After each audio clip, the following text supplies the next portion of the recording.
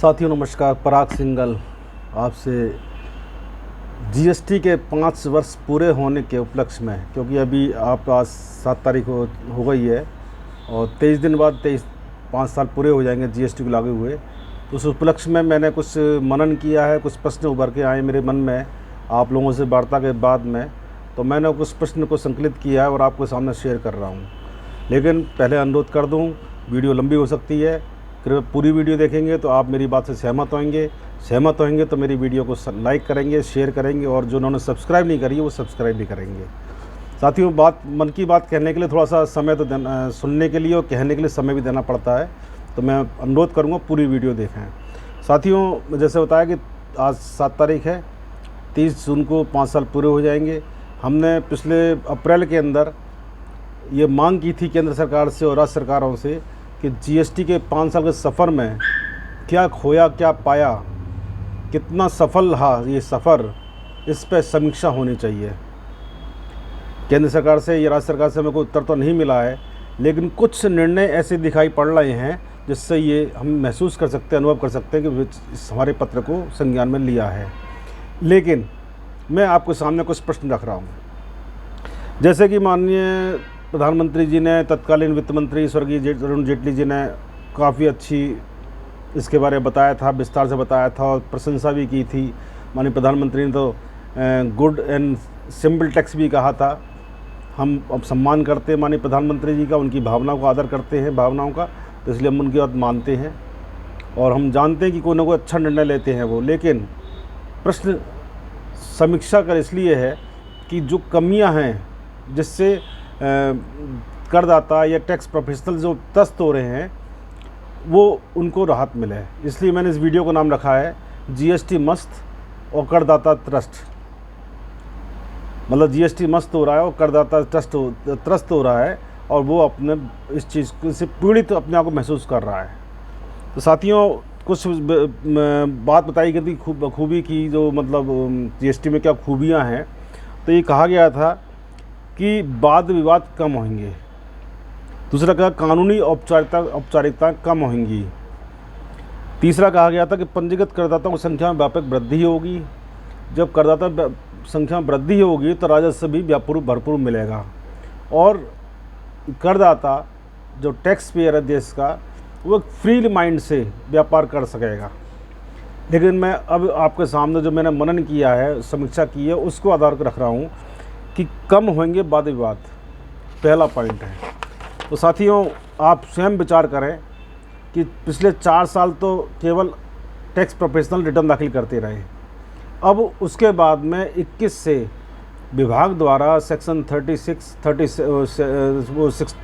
74, 61, 70 के नोटिस जारी कर रहे हैं और ऐसे नोटिस जारी हो रहे हैं जिनमें विवाद का कोई सिर पैर नज़र नहीं आता है, केवल गलतियां बता करके और विवाद खड़ा हो रहा है।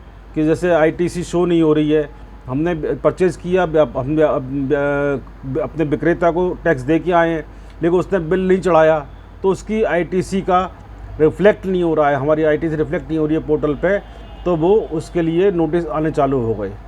तो विवाद बढ़े हैं। जबकि इस मामले में हमारे मद्रास हाई कोर्ट ने भी, तेलंगाना हाई कोर्ट ने भी और अन्य हाई कोर्ट्स ने भी कहा है कि भाई टैक्स पे कर चुका है और सेलर जो है जीएसटी अब नहीं चढ़ा रहा है, इसमें परचेजर की कोई गलती नहीं है। लेकिन विभाग इस बात को मानने को राजी नहीं है। उसका कहना साफ है, जैसा भी संशोधन भी कर दिया गया है, यदि सेलर जीएसटी अब नहीं चढ़ाता है, टैक्स जमा नहीं करता है, तो उसकी जिम्मेदारी परचेजर की होगी, ना कि सेलर की। मतलब विवाद बढ़ने की स्थिति पैदा हो चुकी है और विश्वास से विवाद की ओर चल रहा है। औपचारिकता कम होंगी। और साथियों, आपने देखा होगा जीएसटीआर एक्ट के अंदर 37, 38, 39 3 धाराएं दी हुई हैं, जिसमें ये कहा गया है 37 के अंदर के जीएसटी वन में आपको अपलोड करने हैं अपनी सेल, आउटवर्ड सेल जो है, आउटवर्ड बिल्स जितने भी है इसको सेल कहा जाता है। और जीएसटी 38 में कहा गया है कि आपको इनवर्ड्स बिल जो आपने खरीद की है उनको वेरीफाई करना है। और 39 में कहा गया है कि आपको उसमें जो टैक्स का जो कैलकुलेशन आया है, जिसमें आईटीसी मान ली बसती है तो उसका आईटीसी को समायोजित कर लें, या टैक्स लायबिलिटी टैक्स जमा कर दें और 39 के अंदर, सेक्शन 39 के अंतर्गत जीएसटी 3 दाखिल कर दें। अब देखिए GST से 37 ठीक है, 1 दाखिल कर दिया। अब 2 में जो GST 2 है सेक्शन 38 के अंदर वो उड़ा दिया और 2A और B लगा दिया। अब 2A B लगा दिया तो अब सेलर की जो है, सेलर के पास जिम्मेदारी से सेलर जमा करे चाहे नहीं करे, दाखिल करे नहीं चले, लेकिन परचेजर को टैक्स जमा करना पड़ेगा, ब्याज देना पड़ेगा, पेनल्टी के भी वो जो है दायित्व उसका बन गया। तो विवाद बढ़े, कम नहीं हुए, औपचारिकता बढ़ी, क्योंकि पहले GST 1 मिलाओ, फिर 2 में जो ITC शो हो रही है उसको मिलाओ, यदि ITC आपकी पूरी नहीं मिल रही है तो उसको कैसे आप जमा करेंगे या कैसे सेलर से लड़ेंगे आप, ये सब चीज़ें औपचारिकता बढ़ गई। अब देश में पंजीकृत संख्या, व्यापारी की संख्या में बढ़ोतरी। मानते हैं कि जैसा आंकड़ा अखबारों में आ रहा था कि 30 जून 2017 को देश के टोटल जनसंख्या के ऊपर 65 लाख पंजीकृत व्यापारी जो वैट में काम कर रहे थे, लेकिन GST के अंदर लगभग 1.5 करोड़ व्यापारी प्लस मान लीजिए 2 रजिस्टर्ड व्यापारी हैं। तो मेरा अभी मैंने 1 मई को जो माननीय वित्त मंत्री उत्तराखंड के आए थे प्रेमचंद जी अग्रवाल, और एक कमिश्नर थे डॉक्टर अहमद इकबाल साहब, उनसे भी प्रश्न किया था कि 136 करोड़ की आबादी में कि 1.5 करोड़ पंजीकृत व्यापारी क्या सफिशेंट हैं, आप संख्या संतुष्ट हैं? देखिए बड़ी साफ सी बात है, यदि व्यापार बढ़ता है तो देश का GDP बढ़ता है, देश में बेरोजगारी घटती है, रोज़गार बढ़ते हैं, क्योंकि व्यापार होगा तो रेवेन्यू मिलेगा, रोज़गार मिलेगा, मार्केट में पैसे का लेन देन बढ़ेगा, मार्केट में पैसे का फ्लो बढ़ेगा। एक नहीं बहुत से कारण हैं देश के विकास के अंदर। व्यापारियों की अच्छी संख्या भी महत्वपूर्ण होती है। मैं एग्रीकल्चर की उसकी बात नहीं कर रहा हूँ। यदि विकास करना है, कुछ भी काम करना है तो रेवेन्यू की जरूरत पड़ेगी, और रेवेन्यू तब बढ़ेगा जब आपके देश में व्यापारिक गतिविधियाँ बढ़ेंगी। तो सरकार ऐसा लगती है कि 136 करोड़ आबादी में मात्र 1.5 करोड़ पंजीकृत व्यापारियों से संतुष्ट है।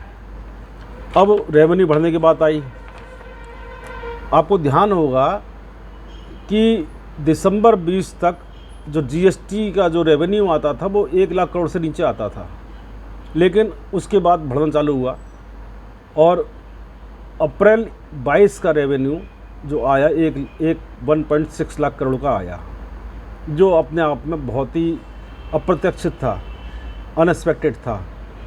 लेकिन मई में जो रेवेन्यू आया वो 1,41,00,000 करोड़ आ गया। मतलब कहीं से भी आप ये नहीं कह सकते हैं कि पूरे साल का आंकड़ा उठाएंगे आप तो 1.5 लाख करोड़ का एवरेज भी नहीं छू रहा है, मंथली औसत नहीं छू रहा है। तो वही प्रश्न है 136 करोड़ की आबादी में, जहाँ पे रक्षा अनुसंधान, चिकित्सा अनुसंधान, बहुत विकास के काम चल रहे हैं, तो क्या इस रेवेन्यू से सरकार संतुष्ट है? फिर वही प्रश्न आता है, संतुष्ट नहीं है, रेवेन्यू बढ़ा नहीं पा रही है, रजिस्टर्ड व्यापारी संख्या बढ़ा नहीं पा रही है, तो छापेमारी करो, पकड़ो, टैक्स पेयर चोर है और टैक्स पेयर को पकड़ो। और हमारे टैक्स प्रोफेशनल वो कुछ सपोर्ट नहीं कर रहे हैं। ये एक साफ सी भावना प्रदर्शित हो जाती है, जैसा अभी बहुत जगह हुआ है, सुगड़वा में बहुत जगह ऐसा हो रहा है। अभी कई मतलब छापों में क्या क्या उदाहरण दूँ आपको। अब जो मैंने टॉपिक रखा था GST और GSTN मस्त और करदाता त्रस्त। अब देखिए GSTN और GST काउंसिल 2 संस्थाएं हैं।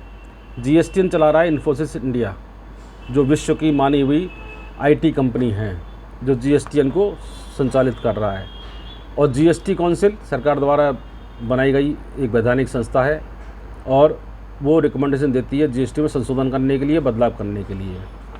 अब मैं GST परिषद की बात करूं तो एक्ट की धारा 165 166 में उसको संशोधन का राइट मिला हुआ, लेकिन नियमावली संशोधन करने का एक्ट में नहीं। एक्ट के अनुसार नियमावली बनती है, नियमावली में संशोधन हो रहा है, एक्ट में संशोधन नहीं हो रहा है। एक्ट में संशोधन बाद में हो रहा है, बजट के माध्यम से हो रहा है, अपनी मर्जी से नए संशोधन हो रहे हैं। प्रैक्टिकली क्या संभव है, ईज ऑफ डूइंग क्या संभव है, यूज ऑफ एक्ट क्या अच्छा है, इस पर विचार नहीं होकर के सीधे संशोधन कर दिया। अब टैक्स पेयर भुगत है। टैक्स पेयर क्या भुगत रहा है? टैक्स प्रोफेशनल भुगत रहे हैं। अब बात करते हैं GSTN की।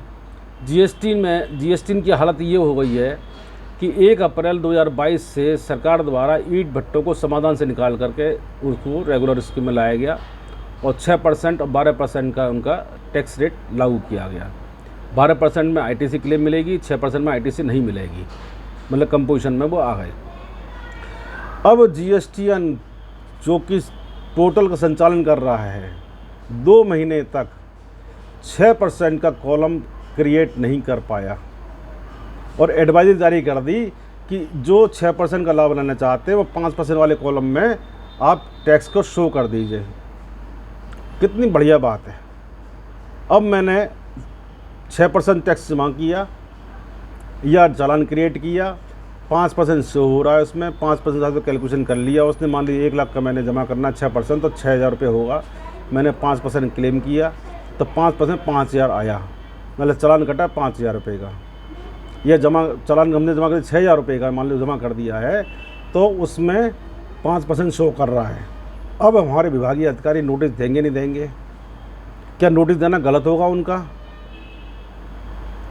ये प्रश्न विचारने प्रश्न हैं।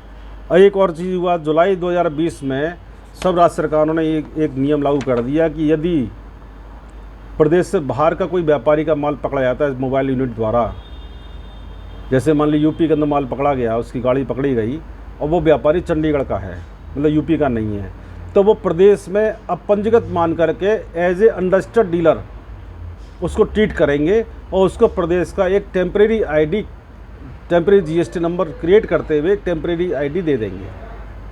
मतलब एक राष्ट्र एक कर का जो भावना थी, क्या वो बची? राष्ट्र को राज्यों में आ गया तो जीएसटी जो वन नेशन वन टैक्स की भावना तो ख़त्म हो गई। अब चलिए मान लिया साहब राज्य सरकारों की मजबूरी होंगे, कुछ कारण रहे होंगे, मान लिया। अब सर टेम्परेरी आईडी जो दी जा रही है उसको रीसेट करने में टैक्स प्रोफेशनल चाहो कहो या टैक्स पेयर कहो, उसको रीसेट करने में उसकी हालत ख़राब हो रही है, रीसेट होकर नहीं दे रही है। मैं खुद 2 आईडी में देख रहा हूँ कि जिनके रीसेट होने में, एक पहली आईडी में तो 20 दिन लग गए आगरा में, जब मैंने अपने चंडीगढ़ के मित्र से कहा कि मेरे रीसेट कर दो तो वहाँ पर रीसेट हुई, मतलब आगरा में रीसेट नहीं हुई। दूसरी आईडी फ्राइडे से रीसेट कर रहे हैं लेकिन आज तक वो रीसेट नहीं हुई है। एक मेरे कुशीनगर के मित्र राजेश शर्मा जी, उन्होंने एक अपील दाखिल करनी थी तो उसके लिए टेम्परेरी आईडी रीसेट कर रहे थे लेकिन दाखिल नहीं हो रही है। अब जनवरी में एक ऑर्डर दे दिया सरकार ने, धारा 129(3) के अंदर माल पकड़ा जाता है तो उसमें पेनल्टी जमा होती है और मैं उस पेनल्टी जो पेनल्टी आरोपित की जा रही है वो उससे संतुष्ट नहीं हूँ, तो मैं अपील में जाऊँगा। अपील में जाने में पहले 10% जमा करना पड़ता था अपील फीस, अब प्री डिपॉजिट जो है 25% जमा करना पड़ता है, लेकिन पोर्टल पर वो 25% कॉलम हिडन कर रखा है कि साहब हिडन होगा, 25% जमा ही नहीं होगा, जमा नहीं होगा तो अपील का टाइम निकल जाएगा, अपील टाइम निकल जाएगा तो साहब अपील ही नहीं हो पाएगी और व्यापारी को राजी राजी गैर राजी रोके हंस के उसको पेनल्टी जमा करनी पड़ेगी। तो ये जो मैंने आपसे कहा कि जीएसटीएन मस्त और व्यापारी त्रस्त, क्या गलत कहा मैंने?